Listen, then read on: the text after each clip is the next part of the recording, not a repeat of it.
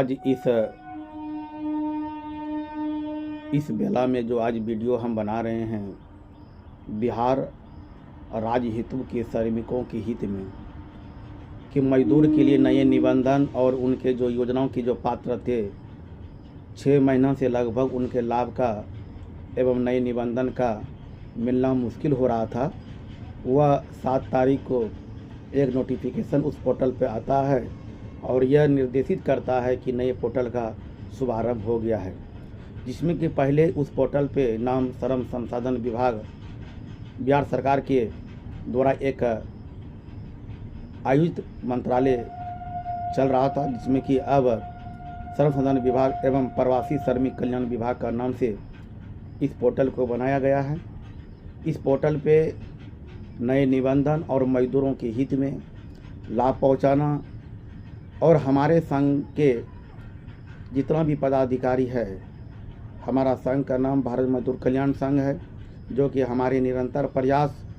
हमारे केंद्रीय अध्यक्ष जी के आदेशानुसार सभी संघ पदाधिकारी अपने अपने स्तर से स्थानीय पदाधिकारी को मिलकर श्रमिकों के हित में लाभ पहुंचाने का काम किया जा रहा है। और हमारे वर्तमान में विभागीय संघ के द्वारा निर्गत लेटर को देने का काम किया गया था, जिसमें कि 2021 से औजार योजना, चिकित्सा योजना और वस्त्र योजना और घर मरम्मती योजना, इसमें कुछ योजनाएं जो चल रही थी, जिसमें कि बहुत ऐसा योजनाएं हैं जो कि लाभ से वंचित हो रहा था। चुनाव के समय में माननीय मुख्यमंत्री के द्वारा घोषणा किया गया कि जिसका निबंधन पहले से हो चुका है उसका 5,000 रुपया प्रत्येक मजदूर के प्रति वर्ष चिकित्सा योजना, वस्त्र योजना के देना है, इसमें कि दिया भी गया। तो उसमें मांग था कि चिकित्सा योजना के रूप में भी कुछ पैसा दिया जाए। ये वस्त्र योजना का तो पेमेंट प्रतिवर्ष देने का तो अनुशंसा सरकार ने किया है। मेरा मांग है कि घर मरम्मती योजना और चिकित्सा योजना, जिसमें कि ये योजनाएं को लाभ देना जरूरी है। और औजार योजना का भी बहुत सरकार हमारे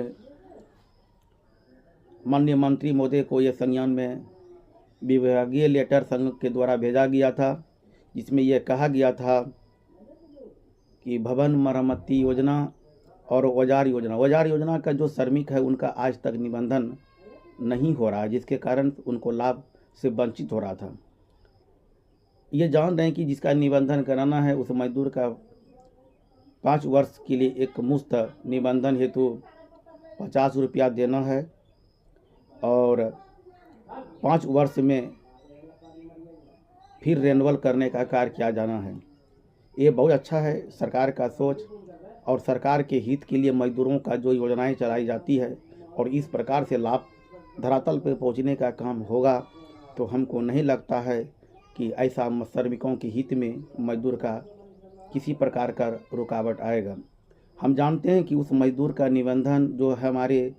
BOCW के अंतर्गत में एक बोर्ड की कमेटी होता है, उस कमेटी के जो मेंबर हमारे संघ के पदाधिकारीगण होते हैं और हमारे विभागीय पदाधिकारीगण होते हैं,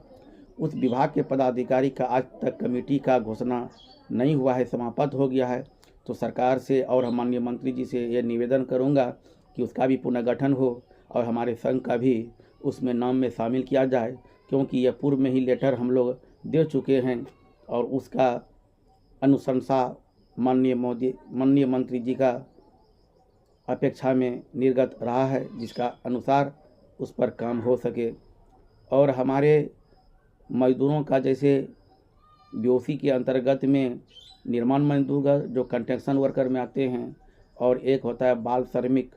जो शताब्दी योजना के तहत में आता है, और एक होता है प्रवासी मजदूर जो कि हमारे राज्य के बाहर में मजदूर जो कार्य करने जाते हैं, उनको भी लाभ से सरकार के द्वारा उनको मुआवजा उस मजदूर को देना है, उसके